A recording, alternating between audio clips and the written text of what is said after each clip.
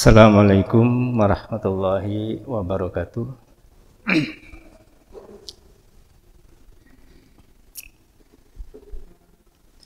Bismillahi walhamdulillah. Salatu wassalamu ala asyrafil anbiya'i wal mursalin wa ala alihi wa ashabihi ajmain. Qala Allah Ta'ala, a'udzubillahi minasyaitonir rajim. Ya ayyuhalladzina amanu taqullaha haqqa tuqatih wa la tamutunna illa wa antum muslimun. Qala Nabi sallallahu alaihi wasallam, ittaqillaha haitsu ma kunta wa bi'sayatal hasanata tamhuha wa khuliqan nasa bi khuluqin hasin. Ibu-ibu dan bapak-bapak jemaah pengajian Ahad pagi Masjid Al-Furqan rahimakumullah, syukur alhamdulillah di pagi hari ini kita masih dipertemukan oleh Allah dalam acara yang setiap Ahad pagi sama-sama kita laksanakan di Masjid Al-Furqan ini. Pagi ini saya diamanahi untuk menyampaikan materi. Insyaallah apa yang akan saya sampaikan ini semoga bermanfaat tentunya bagi kita semua. Ibu dan bapak-bapak, materi pagi ini berkaitan dengan sesuatu yang masih sering terjadi secara nasional, yang terkadang sangat mengusik hati untuk dibahas dan untuk disampaikan.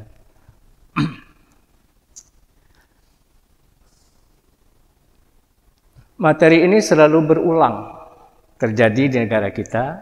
Baru-baru ini pun kembali terjadi bahwa semua agama itu benar. Ada yang mengatakan semua agama itu baik dan benar. Ini suatu ucapan yang sangat membahayakan, baik bagi yang mengucapkan, lebih bagi kita yang tidak paham mana agama yang benar dan yang tidak benar itu.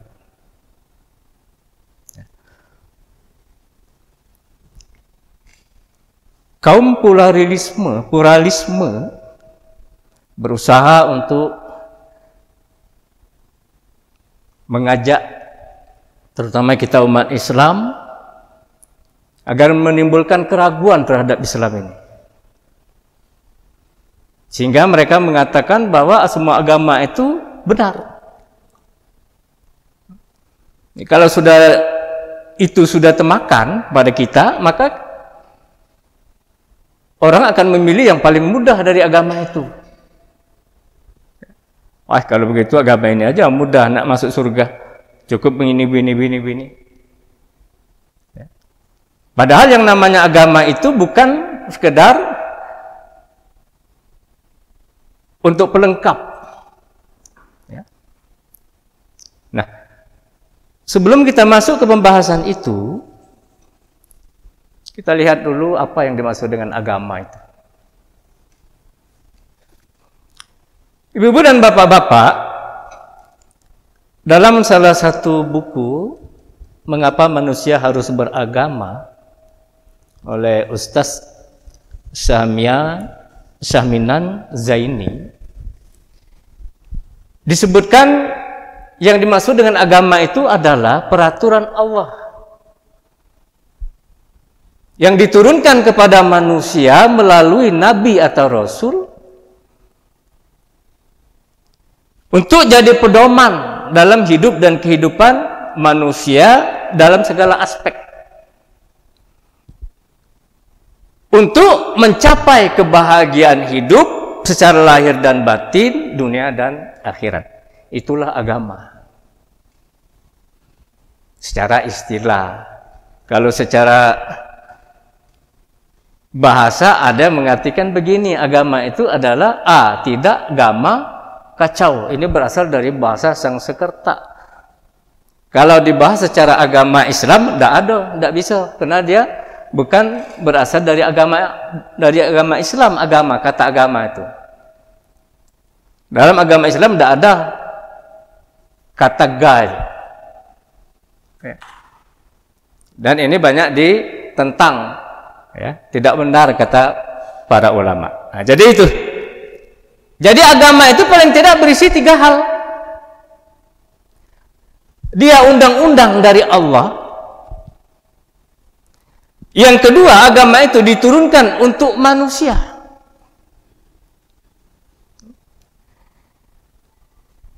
Tiga, sebagai pedoman dalam hidup dan kehidupannya, dalam segala aspek, untuk mencapai kebahagiaan yang hakiki secara lahir dan batin, dunia dan akhirat. Nah, untuk mengetahui mana agama yang benar dan mana agama yang tidak benar,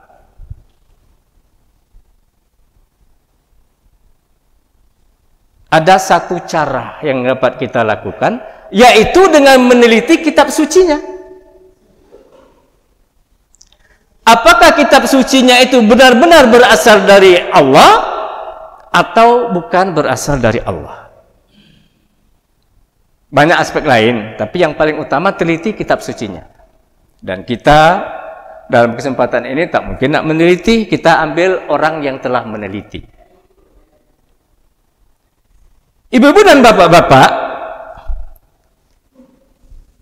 salah seorang ahli bedah terkemuka Perancis, Profesor Dr. Maurice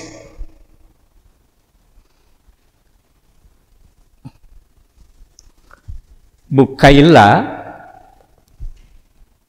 seorang agama Kristen, selama 20 tahun mengadakan penelitian terhadap kitab suci. Kesimpulannya, Bible, kita tidak usah bahas itu, saya sebutkan ringkas saja. Menurut penelitian mereka, Bible adalah pertama, tidak asli lagi. Yang kedua, sejarahnya tidak terang. Yang ketiga, isinya banyak bertentangan dengan ilmu pengetahuan modern atau sains. Itu Bible. Terlalu kuat tak? Aku ini sakit, tapi masih kuat suaraku. Karena mic-nya bagus. Kalau mic-nya udah bagus, khutbah di masjid kadang-kadang susah. Ya, karena ini mic-nya bagus, sensitif dia. Nah, itu yang pertama. Nah. Lalu Al-Quran, kata Maurice Bucaille ini, pertama, dia wahyu Allah yang murni.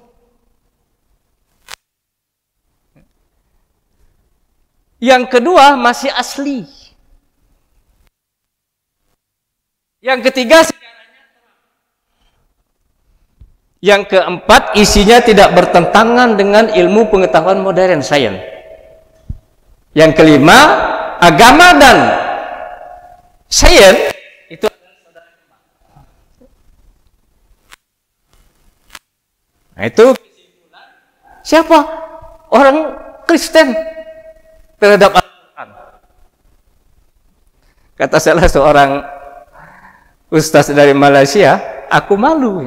Kenapa malu? Kok orang non-Islam yang banyak meneliti agama kita nih? Padahal banyak juga yang meneliti Al-Quran dari orang-orang Islam. Nah, itu kesimpulannya. Ya. Nah, jadi kata Maurice Bucaille ini, bahwa Al-Quran itu wahyu yang murni. Sampai sekarang tidak berubah wahyu Allah itu.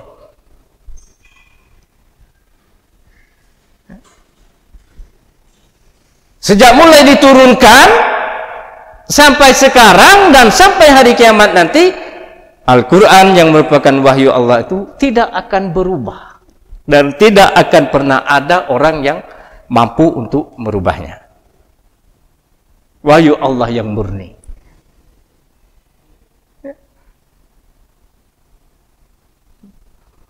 Kalau agama-agama lain kitabnya, ya, ibu dan bapak-bapak, kan agama ini kan terbagi dua kalau dilihat dari produknya.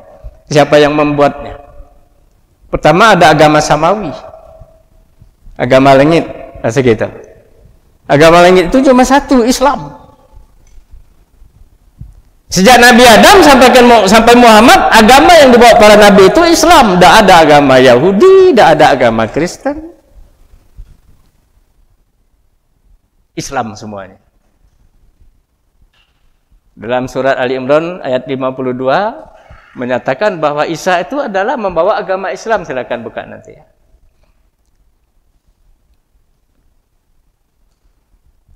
Kalau setelah itu ada yang mengatakan bahwa agama samawi itu 3. Islam, Yahudi, Kristen. Salah. Semua nabi membawa agama Islam.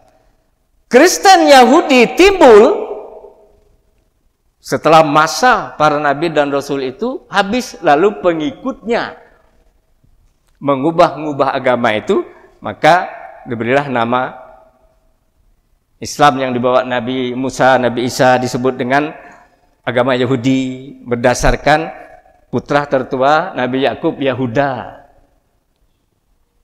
Kristen setelah Nabi Isa berakhir, maka dinamakan agama Islam dibawa oleh Nabi Isa itu Kristen, didasarkan kepada tempat kelahir Nabi Isa di Nazaret.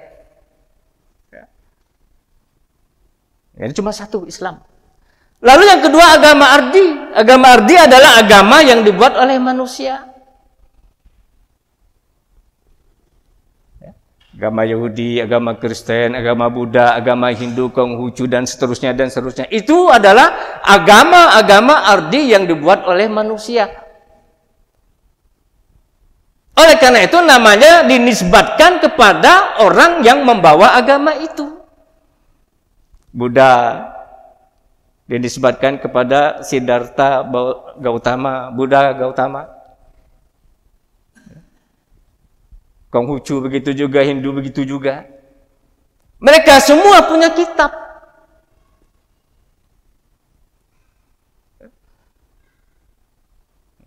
Nah itu, ya. Jadi dua macam agama inilah. Ada agama Islam, ada yang disebut agama Samawi, dan ada agama Ardi, yaitu buatan manusia. Nah, oleh karena itu, ibu-ibu dan bapak-bapak, umat Muhammad SAW ini, seluruh dunia ini adalah umat Nabi Muhammad SAW. Orang Yahudi umat Nabi Muhammad, orang Kristen begitu juga, Buddha, Hindu, semuanya umat Nabi Muhammad.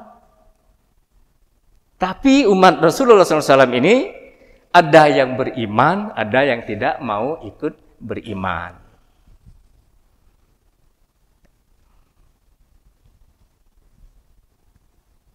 Yang beriman inilah orang Islam seperti kita ini. Ada yang tidak beriman selain dari Islam, itu adalah umat Muhammad yang kafir.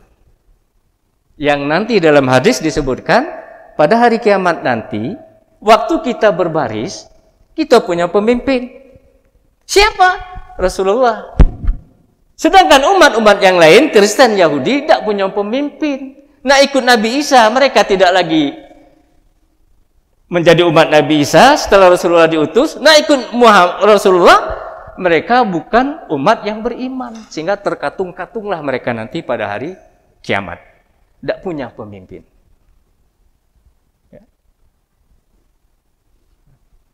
Nah, itu. Jadi ciri pertama agama yang benar itu adalah teliti dari kitabnya, Islam adalah wahyu Allah yang murni yang sampai sekarang sangat terjaga. Nah, kalau Islam itu, Al-Quran itu bukan wahyu Allah yang murni, Karena orang-orang barat mengatakan bahwa Al-Quran itu adalah buatan Muhammad.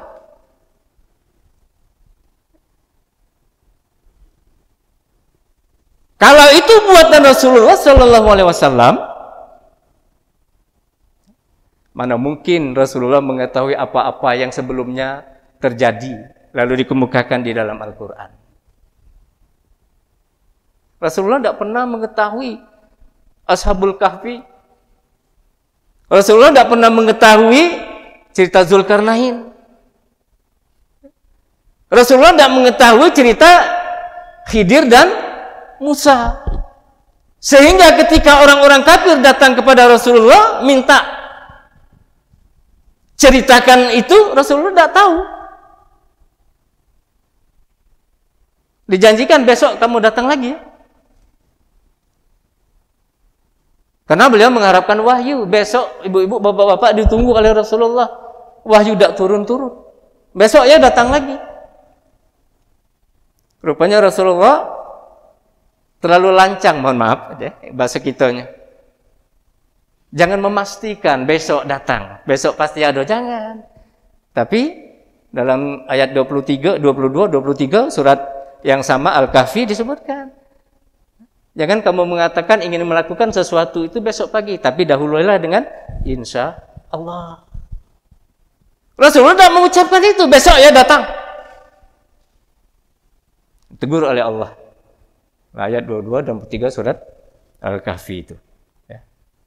Nah, lalu setelah 2-3 kali menunggu belum datang juga, akhirnya wahyu dari Allah datang menceritakan tentang Ashabul Kahfi, menceritakan tentang Nabi Khidir dan Musa, menceritakan tentang Zulkarnain. Ya. Nah, kalau Al-Quran itu buatan Rasulullah, tentu beliau sudah tahu, tidak perlu lagi mengharapkan wahyu. Nah, jadi itu yang pertama. Al-Quran adalah wahyu Allah yang murni. Lalu yang kedua, kata Maurice Bucaille ini, hasil penelitiannya, Al-Quran itu masih asli. Sampai sekarang tidak ada satu titik pun, apalagi satu huruf yang hilang, yang bisa diganti. Ibu dan bapak-bapak, ada lagi suatu penelitian di Jerman pada waktu itu, sekitar tahun 70-an, para ahli di Jerman mengumpulkan sebanyak 42.000 Al-Quran dari seluruh dunia. Ada Al-Quran produksi Indonesia, Malaysia, pokoknya ada 42.000 eksemplar. Mereka juga mengumpulkan 24.000 Injil. Untuk apa? Diteliti. 42.000 buah Al-Quran itu, ibu dan bapak-bapak, diteliti, tak satu pun berbeda. Al-Quran Indonesia sama dengan Al-Quran Malaysia. Al-Quran Malaysia sama dengan Al-Quran yang di Amerika. 42.000 lembar sama.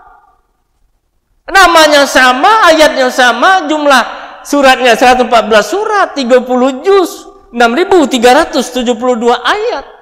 Tidak berbeda. Padahal dicetak di negara masing-masing. Lalu Injil, tidak ada yang sama antara Injil Indonesia dengan Injil yang dikeluarkan oleh Inggris, yang dikeluarkan oleh di Perancis. Semua berbeda satu Injil dengan Injil yang lain. Sehingga banyak orang yang masuk Islam. Itu Al-Quran terbitan lama-lama dulu. Dibandingkan juga dengan terbitan yang baru diterbitkan. Semuanya sama. Masih asli, tidak ada yang berubah. Sedikit saja yang mau merubah, ketahuan. Kenapa? Karena Al-Quran satu-satunya kitab yang mudah dihafal dan paling banyak dihafal oleh para penganut Islam. Injil, tidak satu pun pendeta yang hafal Injil itu. Jangankan seluruh Injil, satu surat saja dari Injil mereka tidak ada yang hafal. Al-Quran Kami mudahkan Al-Quran itu untuk dibaca dan dihafal, kata Allah. Nah itu, ya. Jadi keasliannya sampai sekarang tetap terjaga Al-Quran itu. Sampai hari kiamat pun tetap terjaga. Lalu yang ketiga, ibu-ibu dan bapak-bapak, membuktikan bahwa agama yang Islam itu adalah agama yang benar. Sejarah Al-Quran itu sangat terang.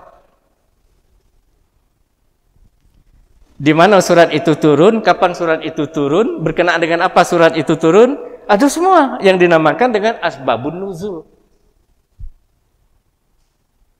Injil tidak ada yang namanya asbabun nuzulnya. Ketika ada suatu masalah, Al-Quran masih dalam taraf turun, maka Al-Quran akan menjawab masalah yang dihadapi oleh para sahabat saat itu.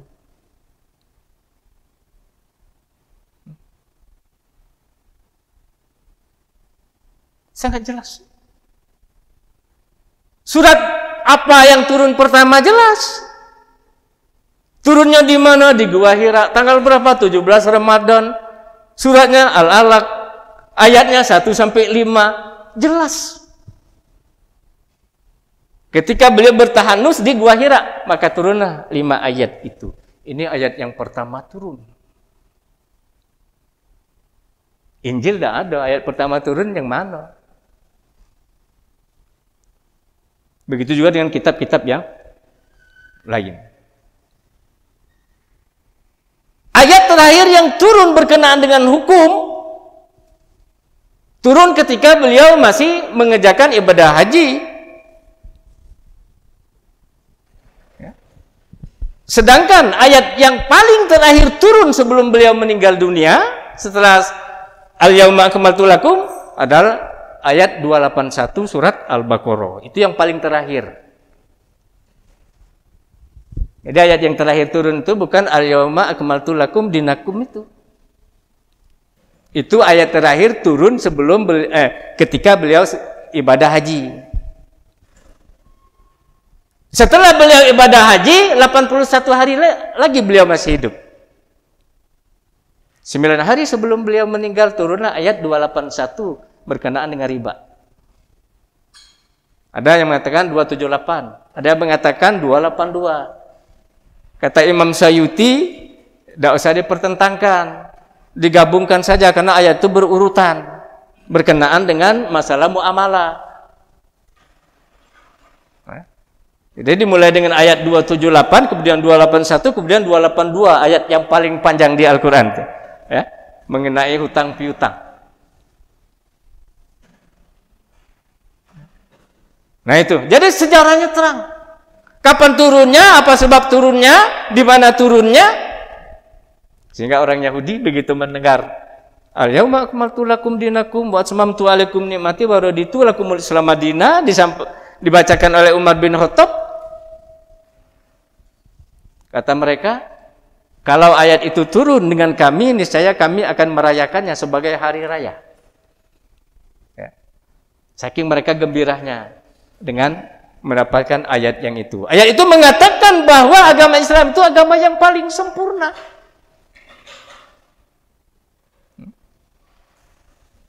Agama yang paling lengkap. Nah itu, ya ibu-ibu dan bapak-bapak, ya. Al-Quran adalah kitab yang masih terjaga keasliannya. Dan ini memang dijamin oleh Allah. Dalam surat nomor 15 ayat 9, Allah berfirman, Inna nahnu nazzalna dzikra wa inna lahu lahafizun. Sesungguhnya kami yang menurunkan Al-Quran dan kami juga yang akan menjaganya. Bagaimana Allah menjaga Al-Quran? Semakin banyak orang yang menghafal.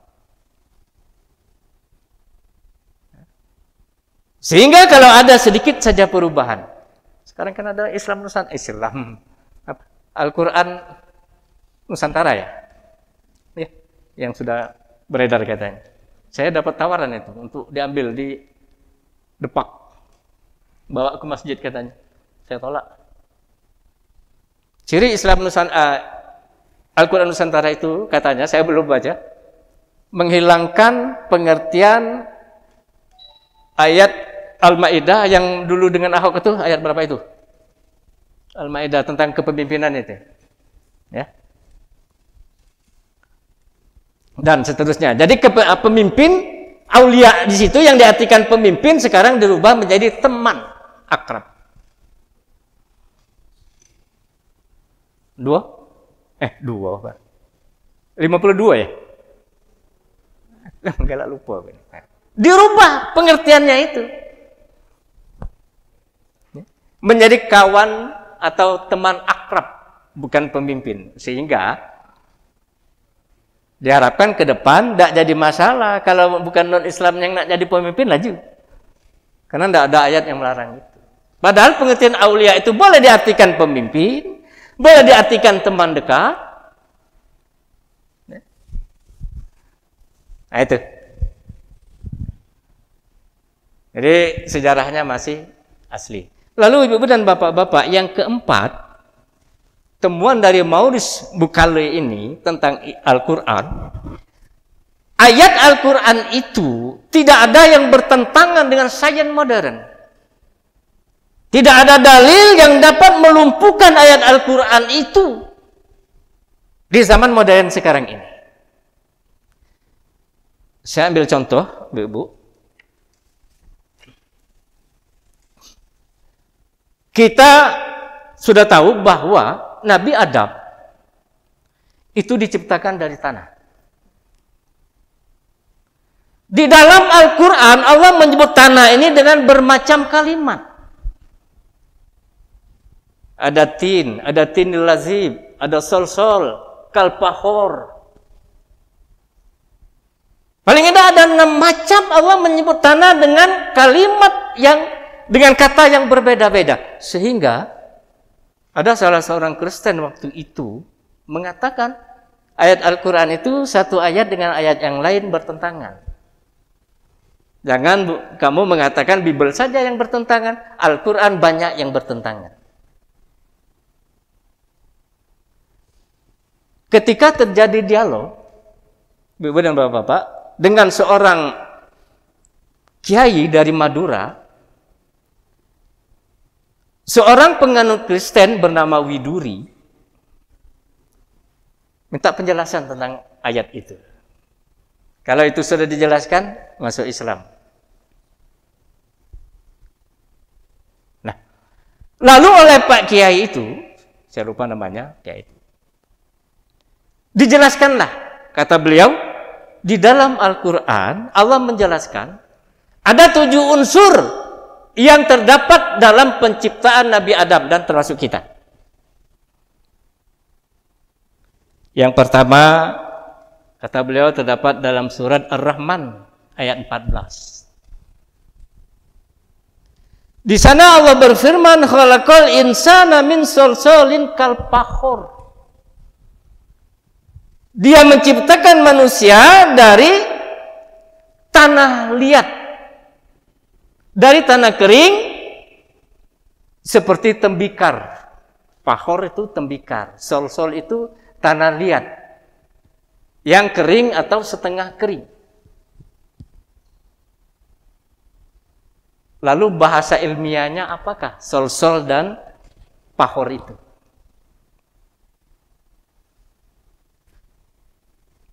Sol-sol itu adalah zat pembakar atau oksigen. Itu namanya sol-sol. Sedangkan fakhor itu zat asam arang atau karbon. Jadi di dalam tubuh Adam itu ada oksigen, ada karbon. Dalam tubuh kita juga kan ada itu. Fakhor itu tembikar. Tembikar itu bahasa kami di Dosut ada bekas guci, tahu guci kamu? Genteng taruhlah, guci biasanya.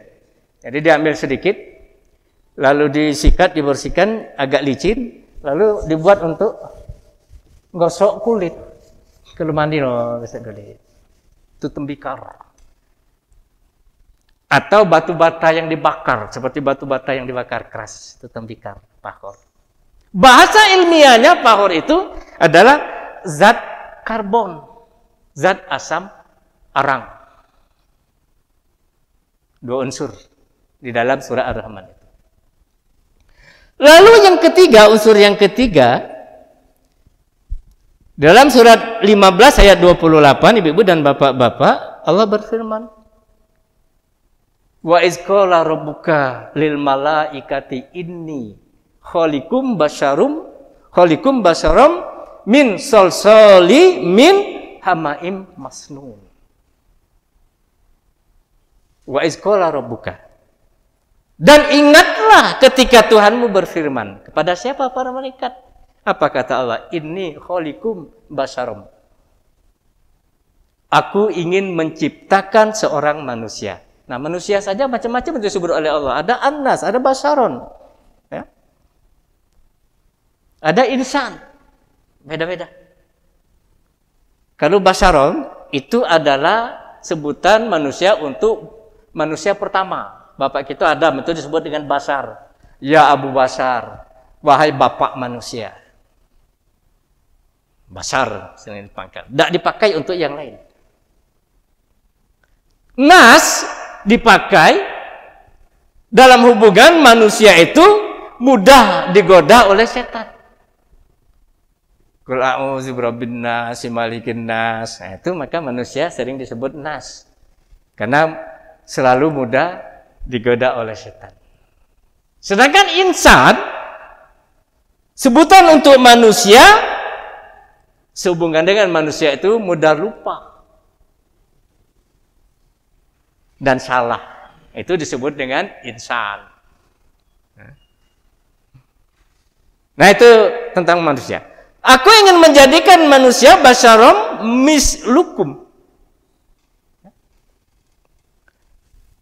Min solsolim min hamaim masnun. Solsol sudah tadi. Apa solsol? Oksigen. Bahasa ilmiahnya.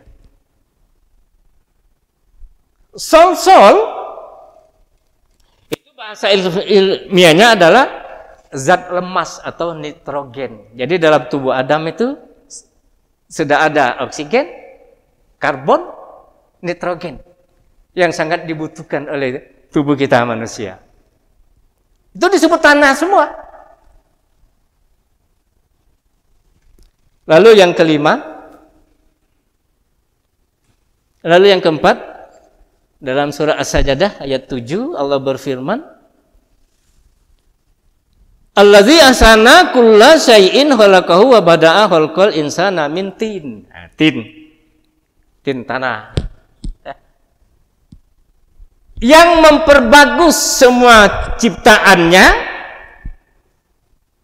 Jadi setelah Allah menciptakan, diperbagus ciptaannya itu. Nah, seperti kita nih, diperbagus. Ini cocok mukanya cak ini, badannya cak ini. Jadi tidak ada ciptaan manusia Allah ini dalam bentuk manusia ini tidak ada yang tidak bagus. Semuanya ahsan, semuanya bagus.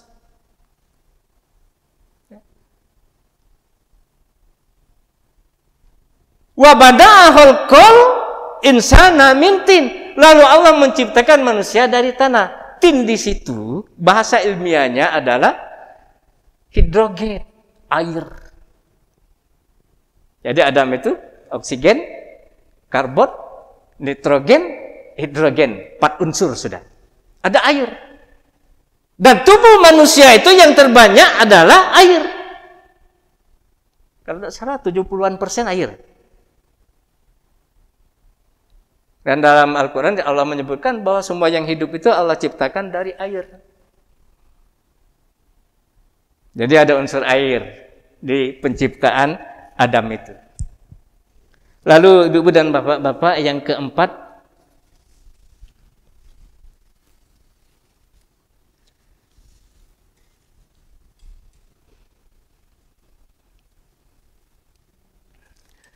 yang kelima dalam surah As-Saffat surat 37 ayat 11. Allah berfirman, "Inna khalaqnahum min tinil lazib." As-Saffat surat 37 ayat 11. Saya ambil ujungnya. Inna khalaqnahum min tinil lazib. Kalau tadi tin baik, sekarang ada tinil lazib.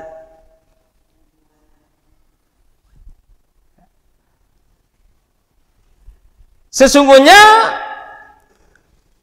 kami menciptakan mereka dari tanah liat. Lazib itu tanah liat. Tinil lazib, tanah liat. Nah, ibu-ibu dan bapak-bapak, bahasa ilmiahnya tanah liat di sini adalah zat besi atau perum. Itu lazib. Kita sangat butuh zat besi. Kalau kekurangan zat besi, maka tubuh kita akan mengalami hal-hal yang membuatnya tidak bisa tumbuh dengan baik. Itu zat besi. Saya tidak berkapasitas dalam mengulas kegunaan itu ya. Kita cuma ingin mengetahui tidak ada pertentangan antara ayat Al-Quran dengan ilmu yang sekarang ini. Jadi tinul lazib itu zat besi, ferum bahasa kita. Dalam tubuh Adam ada oksigen, ada karbon, ada nitrogen, kemudian ada hidrogen, kemudian ada zat besi. Lalu yang keenam, ibu-ibu dan bapak-bapak, dalam surat ke-59, ayat 59 surat ketiga, Allah menyebut, Inna masala Isa indallahi kamasali Adam halakahu min turab summa qala lahu kun fayakun. Turab di situ juga tanah. Artinya. Lalu turab itu dalam bahasa ilmiahnya adalah unsur-unsur asli yang terdapat di dalam tanah yang disebut dengan zat anorganis. Ibu dan bapak-bapak, setelah diterangkan unsur-unsur yang terdapat dalam ayat yang katanya bertentangan itu, terkagum-kagumlah pemeluk agama lain yang hadir saat itu. Akhirnya rame-rame mengucapkan syahadat. Tak disangka Al-Quran itu sangat ilmiah.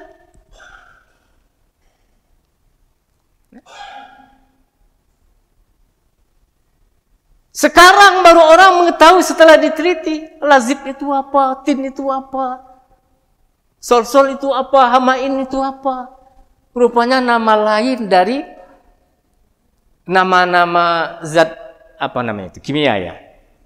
Istilah-istilah kimia yang di zaman modern sekarang ini, itu memang sudah dikenal.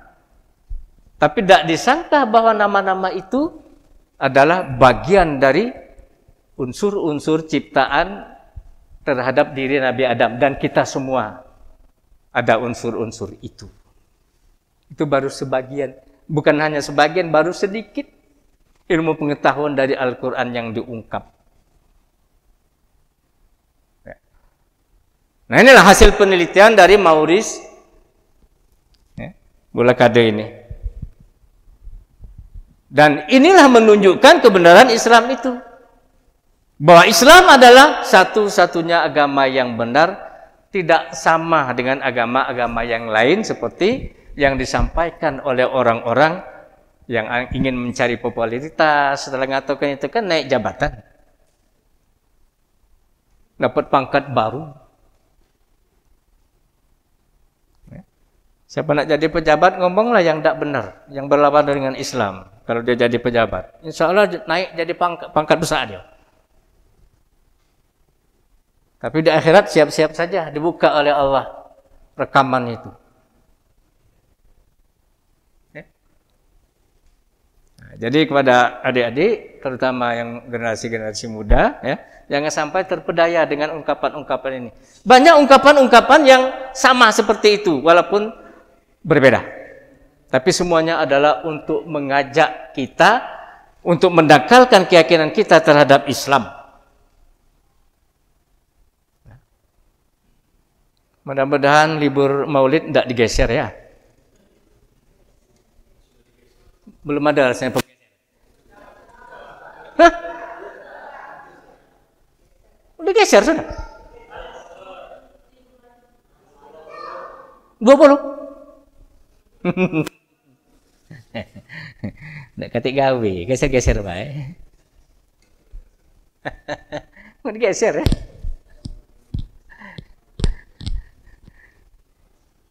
Nah, itu hasil penelitian yang menunjukkan bahwa Islam adalah agama yang benar. Lalu, ibu dan bapak-bapak, Allah Subhanahu wa taala sendiri memberikan penjelasan kepada kita bahwa hanya Islam yang diterima di sisinya, yang disenangi di sisinya. 3 ayat di dalam surat nomor 3, 1 ayat dalam surah Al-Maidah. Yang pertama ayat Inna dina indallahil Islam. Ayat 19.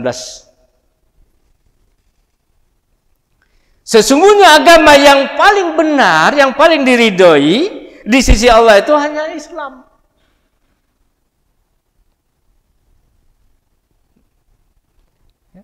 Hanya Islam, bukan yang lain-lain. Jadi kalau ada yang mengatakan bahwa, itu kan di dalam Al-Quran disebutkan oleh Allah, orang Yahudi mengatakan bahwa agama kamilah yang paling benar yang akan diterima oleh Allah. Orang Nasrani juga begitu. Tapi mereka dibantah oleh Allah apa yang mereka ucapkan itu. Nah, jadi hanya Islam. Inna dina indallahil Islam. Kemudian dipertegas lagi oleh Allah dalam surat yang sama ayat 85. Wa may yabtaghi ghairal islami dina fala yuqbala minhu wa huwa fil akhirati minal khasirin. Wa may yabtaghi, dan barang siapa yang mencari ghairal Islam, selain dari Islam, ghairal islami dina fala yuqbala min, maka tidak akan diterima daripadanya. Tidak diterima agama yang selain dari Islam itu.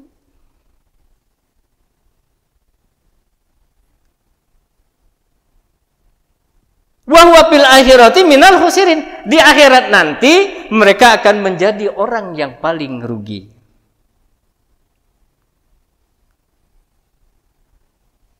Karena itu dalam surah Al-Hijr Allah berfirman, orang kafir itu nanti di akhirat sangat menyesal tidak beragama Islam. Kalau misalnya mereka boleh dibalikkan ke dunia, mereka akan balik ke dunia untuk memeluk agama Islam.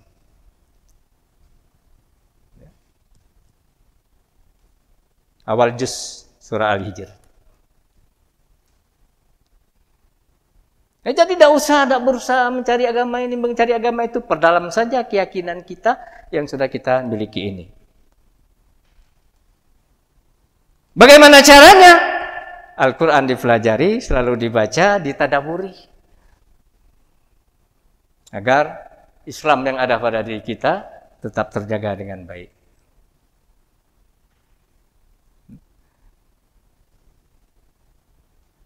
Ini orang-orang Cina, cuma di negara Cina saya dengar pagi tadi. Saya berdesau juga, kalau di Indonesia juga.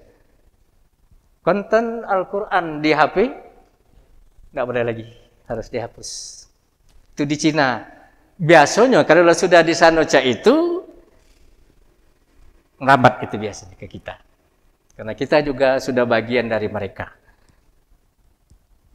Sehingga umat Islam di sana sulit membuka Al-Quran di HP. Kalau kita kan masih mudah lagi, 30 juz gampang. Kontennya dihapus.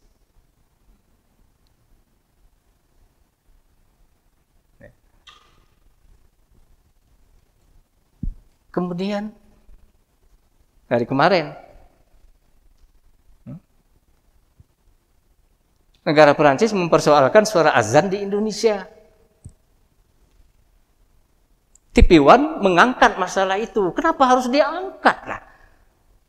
Kita di Indonesia saja, orang-orang yang itu tidak ada ribut masalah itu, kok orang Perancis yang ribut?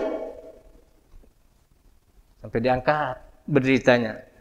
Kalau masalah yang menimpa umat Islam yang menderita, itu seminggu tidak selesai itu, diulas terus.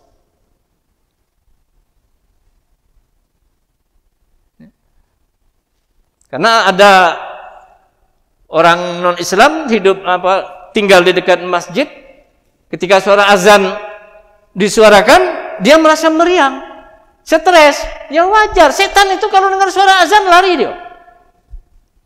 Kalau nak ngusir setan, salah satunya adalah suara azan. Jadi kalau ada yang mendengar suara azan meriang, nah itu kawan dia itu.